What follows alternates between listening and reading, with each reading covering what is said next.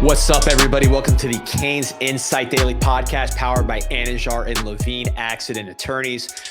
We are breaking down position by position. Already the QB, running back, wide receiver. Now it is a position that has defined It seems like every show talks about a position that Miami has been historically strong at and is trying to get back to. Today it is tight end. Miami struggled with the tight end position last year, did not get the ball to the tight end, did not have that dynamic tight end. They want to get back to tight end U, and I think they got the people to do it. We'll be talking about that on the show. By the way, sorry if my volume is off when I'm talking. I busted my left ear diving for some lobster for mini season, but it was a really fun day. Shout out to Captain Renee. We did a great job out there. Anyways, first, I want to talk about some folks that always do a great job. That is Anajar and Levine Accident Attorneys. If you or someone you care about has been injured in an accident, you could be entitled to significant compensation. Dial 1-800-747-FREE, 1-800-747-3733. Take back control of your life with Anajar and Levine Accident Attorneys. Pete, let's talk tight ends here. It's a very controversial position last year because of the lack of production. Was it personnel-based? You missed a lot of guys. Was it a result of Shannon Dawson not really throwing to the tight end that much at other stops in his career?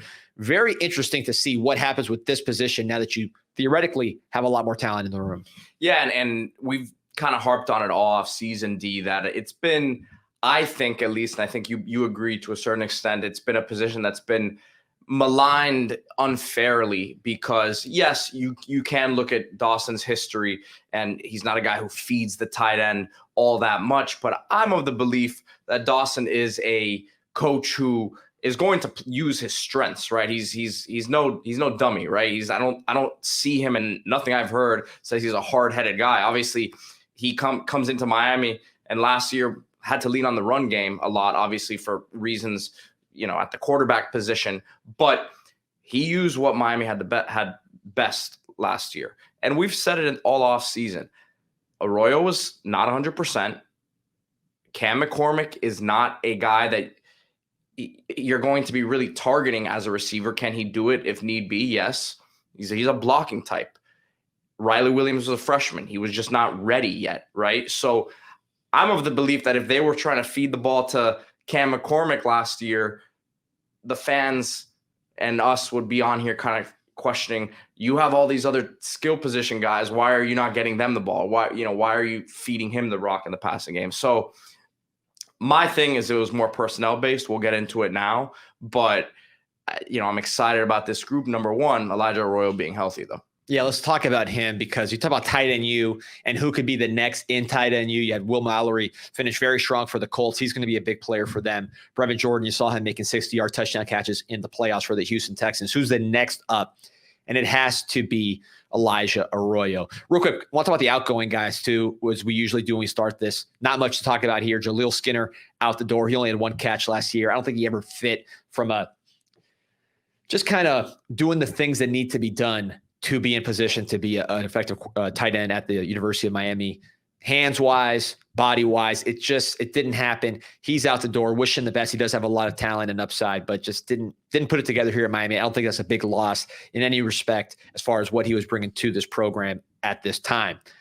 Elijah Arroyo, different story. Not necessarily an addition because he was here, but because he had the ACL injury 2 years ago, had setbacks with his hamstring and other things kind of related to that ACL last year, you haven't really seen what he can do. Only to this point, 11 career catches, 163 yards. Played behind Will Mallory when he first got here, showed flashes. But what we saw in spring was a lot of passes to number 8. He is 6'4", he's 250, he's got pop as a blocker, he's a willing blocker, he's every bit the blocker that Cam McCormick is, but he also has the ability to get open, run routes, and then run after the catch. To me, this guy could be even better than a Will Mallory, even better than a Brevin Jordan, maybe even better if totally healthy than a David Njoku, just from a total standpoint that he can block, he can run after the catch, he can run routes, he can do it all in a way that maybe, Njoku, you dock him on the blocking and the consistency a little bit. Mallory, same thing. Brevin, the length and some of those things. This guy brings the whole package together when he is healthy. And if you don't believe me, who, by the way, I was at spring, I saw him catch a short pass, break a tackle, go about 50 yards for a touchdown, outrunning our first team defense. I saw him make people look silly on the goal line when he has two-way goes and can use his route running ability. Very prolific receiver in high school, former quarterback as well. Don't believe me.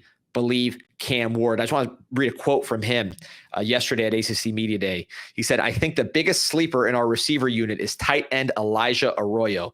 He hasn't had a chance to play in 2 years due to injuries, but I think he's going to have a big year blocking and pass catching. He's going to be the reason that our offense goes. That's a quote from Cam Ward. I saw Cam Ward target Arroyo consistently. This is a guy who does all the right things, talking about Arroyo as far as off the field, the way he plays the game with intelligence, with toughness, with urgency. And Cam Ward didn't just say these nice things. He was throwing the ball to Arroyo consistently. And in fact, we talked to Cam Ward after the spring game. Pete and I sat down with him, and Cam Ward told us the same thing about Elijah Arroyo. Who are some of the guys right now that you're really excited to work with this season? I'll probably say the first one is Elijah Arroyo. He'll be the starting tight end for us. He didn't make a lot of plays today, but the whole spring he's been killing. Whether it's one-on-one matchups versus a linebacker, he's beat the corner a couple times on go balls. So I'm really excited to see where he's going to end up, this fall, because he's going to be a big factor in what we do off. And with Arroyo, I think you hit on it. To me, he is a complete tight end, right? We like to kind of compare to recent history, guys who have been here. To me, I think he can be a little bit better version of a Chris Herndon, right? I think Herndon was a guy who obviously was a 4th round pick, right? Arroyo has an opportunity. A lot of his projection, right, still because he hasn't been healthy, so he still needs to go out there and do it. But Herndon was a guy that he played in a lot of 2 tight end sets as well with David Njoku, who ended up obviously going 1st round and is having a great career. But to me, the value of having that guy who you can't, as a defense, pigeonhole as a blocking guy or as a receiver, and he's a legitimate threat to do both, gives a lot of versatility to what Coach Dawson can do with him and, Elijah Lofton, a guy that we're going to talk about as well, and these other tight ends. But I think that's the value that he really brings. I think he's a guy who definitely has a good chance to be drafted in the next couple of years. Just needs to put it all together. And it's a very traits-based position, D. So you see, especially in the NFL, guys who get drafted, who David Njoku being an example, obviously he had these freakish traits. But I remember a guy like Dawson Knox, same thing, didn't have a whole lot of production at Ole Miss, came in as a quarterback, ends up, going on and getting drafted 3rd round, and is now having a really good career there with the Bills. But I think he fits in that similar mold. We haven't seen it just yet in game time because of health issues consistently, but I think it should all really come together this year for Elijah Arroyo. Yeah, I think that's a great comparison with kind of maybe even a rich man's Herndon, who that's a really good player if you can get to that level.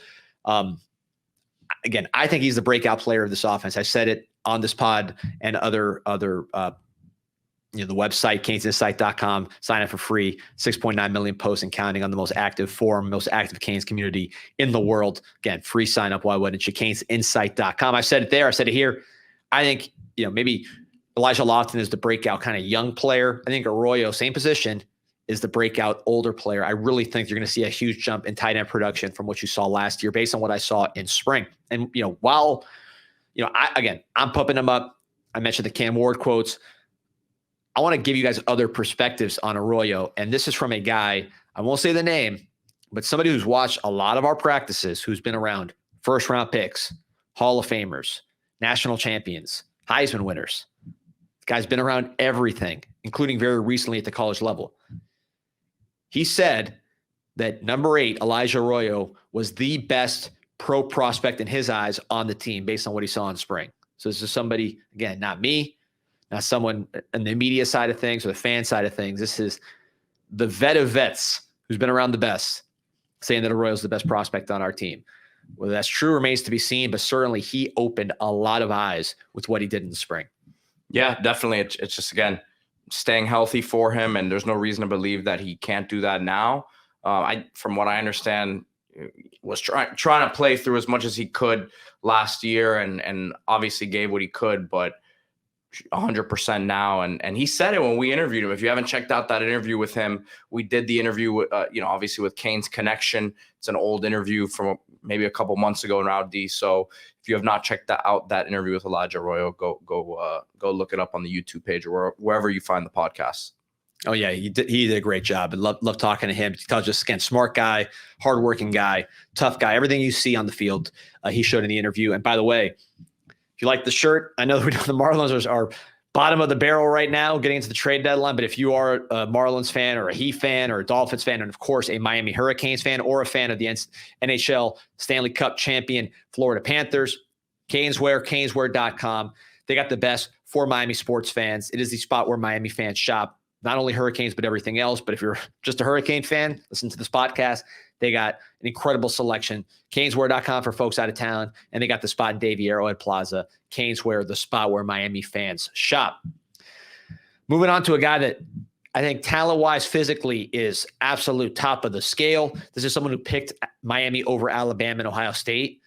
Was actually our best tight end receiver last year as a true freshman.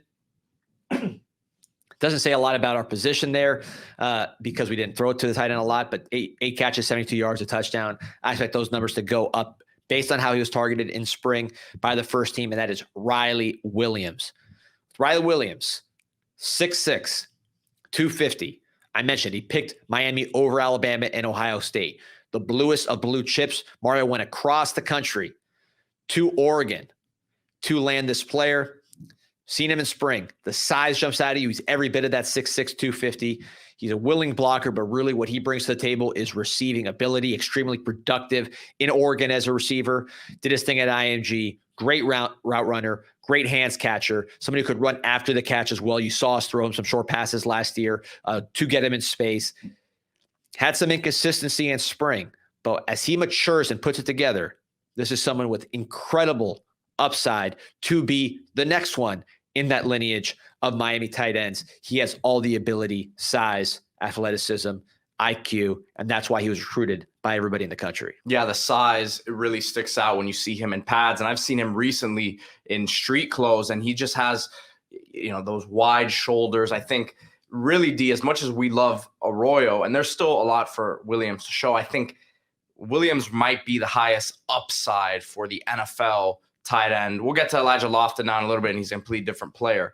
But I think upside-wise, Williams is probably, could be end up being the best NFL prospect on this, in this tight end group. Yeah, and it's going to be consistency, though. We did have some drops in spring, right? So he was getting open. He was being targeted with the first team down the field a lot. He's one of those guys that his targets were really far down the field for a tight end because he's able to run routes like a receiver and get those mismatches, but he's got to be consistent. Contested catches, just really taking that next step and being assertive as the guy. I think he's the kind of guy where the light will switch on. It's not that he's not producing now. He is making plays as well, but the consistency you want to see from him, I can see that coming as he gets more experience and sees a guy like Arroyo producing and saying, I want some of that. I could see him making that next step. He's a key guy because if he hits, you're talking about, again, a tight end that plays like a wide receiver with the body of a defensive end. That's what you want at that position. Well, and again, we've said it with the first couple position groups first few now that we've done here, but tight end's a group that it's layered nicely in terms of, look, Arroyo could hopefully come back for another year after this, but if he does if he balls out this year, puts up huge numbers and has now been here for some time, like, you have a guy in Riley Williams that could potentially step up and be that guy coming into his third year next year. So getting ahead a little bit, but this is like when we talk about building the roster out, yes, they're obviously going to be very aggressive in the portal with Coach Cristobal year to year. That's college football now.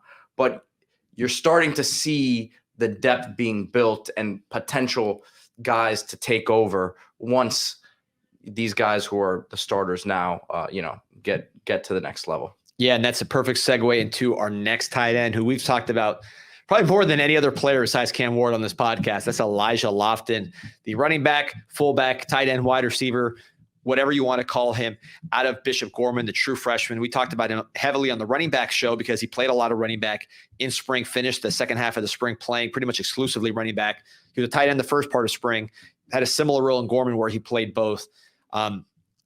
This is a guy who we talked about his running ability, his blocking ability, his mismatch ability. He runs routes and catches the ball like a wide receiver in a 6'1", 240-pound body, and he can block. So I probably think in the tight end room he's more of an H-back kind of guy, but in that role he is absolutely dynamic. And again, I've spent so much time talking about Lofton. You're probably tired of hearing it from me. Let's hear what Cam Ward had to say when we interviewed him after the spring game. Just same way he talked up Elijah Arroyo. Listen to what he said about Elijah Lofton. Then also Elijah Lofton, a freshman, came in, one hands, two hands. I mean, I describe him as a Debo Samuel for us. You've seen him toting that ball a little bit today. A lot of people don't want to tackle him. And I feel like us, we're going to have a balanced attack, especially once we get Mark Fletcher. A dynamic player, D, and it's crazy because we talked about him with the running back group the other day as well. Was probably Miami's best offensive player during the spring outside of Cam Ward. Yeah, and you heard in that clip, Cam Ward comparison. You didn't compare it to a tight end. You didn't compare it to a running back. You compare it to Debo Samuel, the star wide receiver for the San Francisco 49ers, who's also a do-it-all player, but really a wide receiver. So that shows you that the range of skills that this kid Lofton has. And just another example of someone else complimenting these players.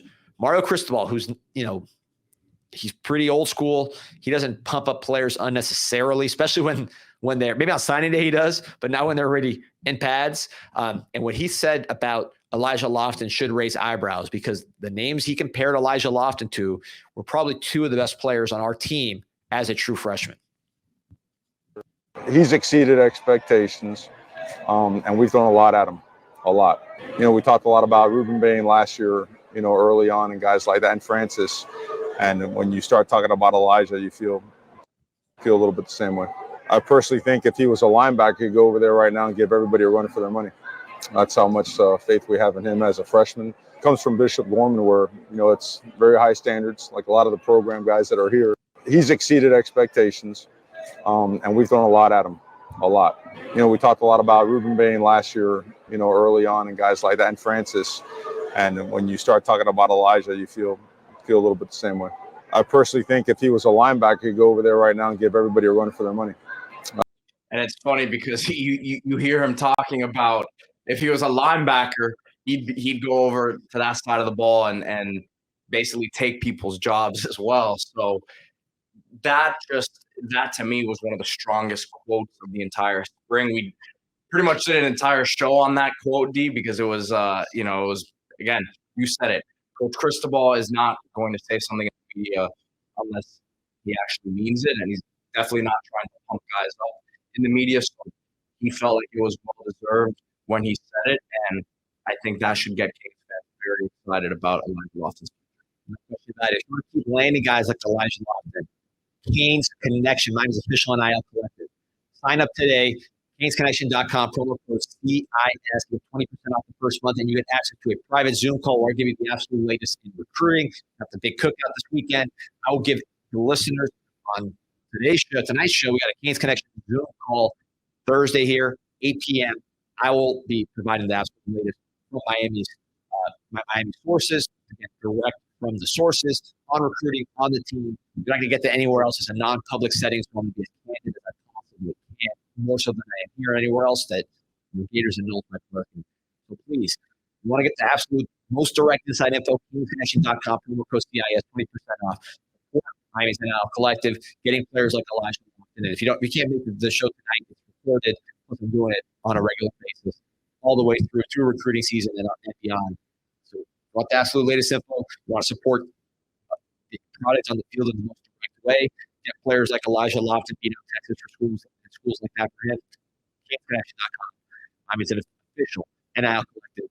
Promo code is CIS, 20% off first month. Switching back to some guy that played from way below that before the NIL era, and that is Cam McCormick. He was a very talked about player last year. 8 catches, 62 yards. Some folks thought he got too many snaps as a blocking tight end. We talked about how Arroyo's injury and the youth of Riley Williams probably pushed him forward more than many coaches want him to play. Just for some perspective on Cam McCormick, he's from the 2016 class. So players in the 2016 class that were, the age is McCormick. Jacob Easton, quarterback for Georgia. If you remember him as a true freshman, he got beat out by Jake Fromm, who came a year later, and then Jake Fromm ended up, having a lot of success.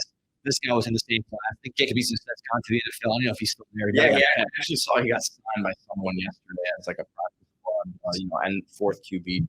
Got drafted, got cut, transferred to Washington. He's had a whole lifetime since this guy signed. So that's Jacob Easton. The other guys from this class: Nick Bosa, A.J. Brown, Brian Burns, Liam Eichenberg for the Dolphins, or Tyler Bird, the corner from Naples. These are guys who are on their second contract now in the NFL. So this guy's been around the block. I think you do not want to see. I'm happy to see him back. I would not be happy. I don't think Canes fans would be happy. I don't think Canes staff would be happy if he had the same snaps that he had last year, because you want Elijah Royal taking those snaps. You want Riley Williams snaps to increase as well. But McCormick still has a role, I think, second tight end, blocking, special teams. Don't discount age. There's a reason why these Mormon teams do so well a lot of times in many sports, because they have older players. It matters. It matters. And this is a guy who he's probably older than some of the Mormon players. He's probably closer to the Chris Weinke demographic, but it matters. And I think he's somebody that can help us as long as his role. Yeah, I mean, look, he's a guy who's obviously played a lot of football, and look, at times last year brought some really nice things in the blocking game for Miami. Again, you hope that certain guys can step up and continue to elevate that room. But if he's your fourth tight end, I don't think it's the end of the world. No. I think he'll help. He'll help. Yeah. Last name here, Jackson Carver, guy we got from Indiana, Minnesota. He kind of bounced around a little bit in terms of high schools. 6'6", 230-ish. Fit a profile that was really interesting. He was a very good lacrosse player, recruited in Notre Dame for lacrosse, played in multiple sports growing up. Really fit the profile. Some of the kids you see from Iowa and Wisconsin end up being first-round picks. He's stuck at tight end. I think he's behind the names we mentioned, probably more still in the developmental phase right now. Great kid. I talked to him. We've seen flashes, but to me, the way Miami's recruiting tight end, I'd love to see him at defensive end. I know Miami's back there too. He just seems to me the type that fits what an Iowa, Wisconsin, Big Ten defensive end looks like. He has the athleticism, he has the size. He looked good on that position in high school on tape. And I just love to see him make that move. But tight end, he's going to be behind the names I mentioned, probably more of a developmental guy at this stage. Yeah, and look, I always kind of take a close look at guys who stick around and aren't processed out or aren't pushed out the door. I don't want to say push out the door necessarily as they see the writing on the wall, right? So he's a guy that I agree with you. I think physically he has a lot of tools that, whether he develops as a tight end now or as a defensive guy, we'll see what happens. But he didn't just come and go like other guys have. So it's an interesting one to track there. Yeah, look, if you look at the Michigan, Wisconsin, Iowa guys that fit this profile and in the NFL, it's not like they do it right away, 3 and done. A lot of those guys are fifth-year seniors when they get drafted high. So development is the name of the game there. I just hope he's in the right seat on the bus. He's the guy you want on the bus because of his attitude, because of his physical ability. But you got to get him in the right seat on the bus. I think, for me, just my opinion, defensive end is an interesting spot. J.J. Watt was a tight end as well. Obviously made the move to the defensive side of the ball early in his career. I can see something, I don't know the outcome of it, but I can see it move like that for Jackson Carver. And we'll see what happens with him. They tight end wise, he's of all these guys I've listed, he's in the development phase. The others I think are going to play this year and make an impact. Just to wrap it up, big picture on this tight end group. One of the most talked about groups on the team. My opinion, my prediction based on what I saw in spring, is going to look like a whole new position in this Shannon Dawson offense. It is a personnel issue, and Miami has added the personnel to make what happened last year look like a distant memory. You're going to see Elijah Royal catch a lot of passes. You're going to see Ryan Williams catch a lot of passes. You're going to see Cam McCormick more in a blocking role. You're going to see Elijah Lofton doing a little bit of everything. That is what this team looked like in spring. That is what I think Crystal Ball wants this team to look like. Shannon Dawson is going to do what's done elsewhere, which is put his best players in a position to make plays. And some of the best players on this particular UM offense in the position. Starting to feel like football's here. I mean, it is here. We have training camp starting this week now, D, and so FSU started practice because they have that week. I don't even know if that's week 0 or before week 0 game against Georgia Tech there. So we're moving, man. We're getting close here, and we're going to continue breaking down these positional groups as the days move forward. Here we have offensive line tomorrow, an exciting group to talk about and break down. That might be a long show. We have a lot of guys to talk about there. But remember to like this video and subscribe to the channel, CanesInsight.com as well. Completely free, but continue to like these videos and subscribe. subscribe, man. Obviously, that helps us a lot here, and available on Apple Podcasts, Spotify, anywhere you can get your podcasts. So, go Canes. Go Canes.